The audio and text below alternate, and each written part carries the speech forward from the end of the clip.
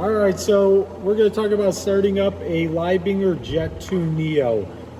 Leibinger is all touchscreen. There's no external buttons on it. So the first thing I want to do after I plug it in is power it on. To power it on, you want to press and hold the screen for about 5 seconds, and it's going to boot up and go through an initialization.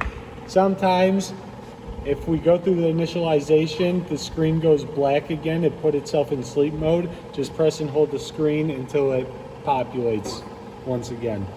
First thing that's going to happen when you start up is the printer is going to go through what's called a bleeding cycle. Basically what's happening is it's running all of its internal pumps and whatnot to make sure that everything's running the way that it should. There's no leaks internally, that type of thing. With the standard black MEK ink, this will run for about 45 seconds. So let it go through the bleeding cycle. All right, once we get done with the bleeding cycle, it takes you straight to the home screen. Here we've got the message that's being printed. So if I were to turn this on, open up the gutter, start up the nozzle, that's what I'm going to be printing every time I flag the photo eye. Up here, top left-hand corner is going to be the name of your message. Down here we've got fluid indicators, so your ink level, your solvent level, power switch if I want to turn the printer off, which I'll show you later.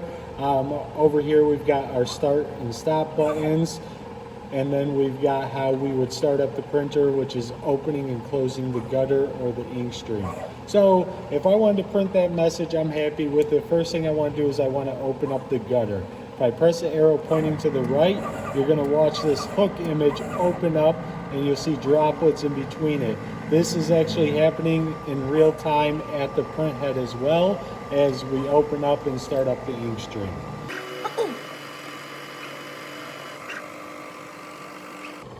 Once the gutter is all the way extended, we're going to go through a phasing period. We're basically trying to make sure that we're making droplets the way we need to. The ink stream is moving at the speed that it needs to.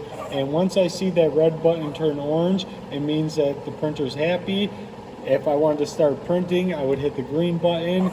And now every time that the photo eye is flagged or triggered and or the encoder is moving, if we're using one, it'll start printing. If I wanted to pause it without shutting down the ink stream, I hit the red button, and if you didn't notice right here, it's telling me print stop.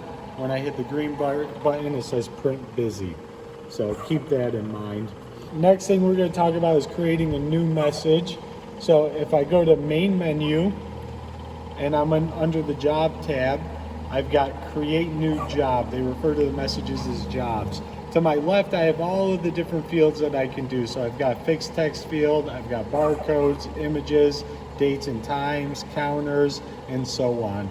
So if I wanted to enter a fixed text field, I would hit the A button, and from here, I can enter whatever it is that I want to appear. I hit enter, and now here's my text field. I can drag and drop it wherever I please, or I can use these arrows to move it.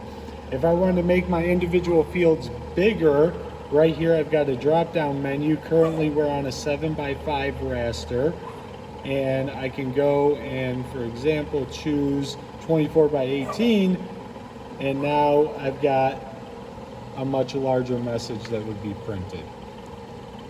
Another common thing customers will do is going to be a fixed field as well as date and or time. If I click on the date and time field, I've got some global settings that we typically won't mess with here because it only changes the individual field. But if I click on date and time, I can now enter the date how I want it to appear. So for example, I could do month / day / year. If I leave it like this, it will show up as such, and every single day it'll roll over. Now, if I wanted to have that be an expiration date, the A with the gear icons, I can click on that and change that individual field, and now I can make it an expiration date. So I could do months or days. If I do months, I would just type in 12, hit enter, check mark, and now I'm offset by 1 year. If I'm happy with the message the way it's laid out, I can hit the check mark, says job is not saved. Do you want to save it? Yes. And I'm going to call this one video. Hit enter.